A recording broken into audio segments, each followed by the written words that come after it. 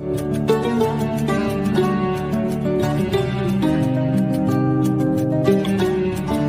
बार भगवान श्री कृष्ण पांडवों के साथ बातचीत कर रहे थे। भगवान उस समय कर्ण की उदारता की बार बार प्रशंसा करते थे। यह बात अर्जुन को अच्छी नहीं लगी। अर्जुन ने कहा, श्याम सुंदर, हमारे बड़े भाई धर्मराज जी से बढ़कर उदार तो कोई है ही नहीं, फिर आप उनके सामने कर्ण की इतनी प्रशंसा क्यों करते हैं?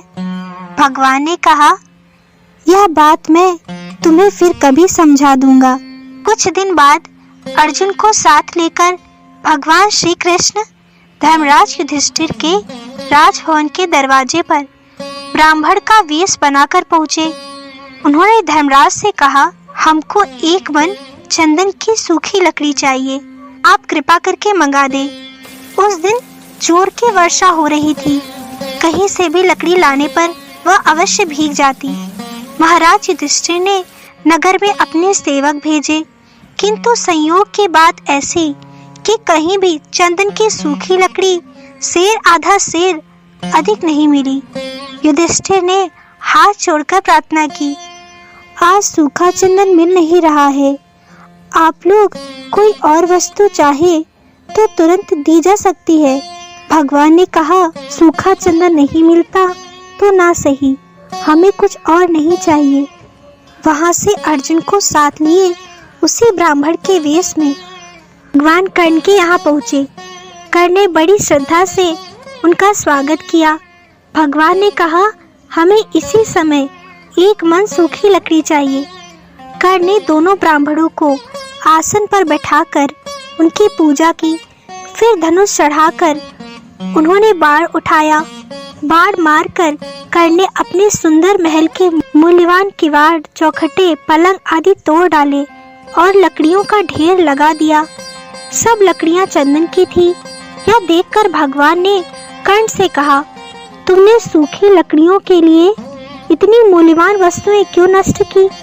कर्ण हाथ जोड़कर बोले, इस समय वर्षा हो रही है, बाहर से लकड़ी मंगाने में देर होगी, आप लोगों को रुकना पड़ेगा, लकड़ी भीग भी जाएंगी, ये सब वस्तुएं तो फिर बन जाएंगी, किंतु मेरे यहाँ आए अतिथि को निराश होना पड़े या कष्ट हो तो वह दुख मेरे हृदय से कभी दूर नहीं होगा।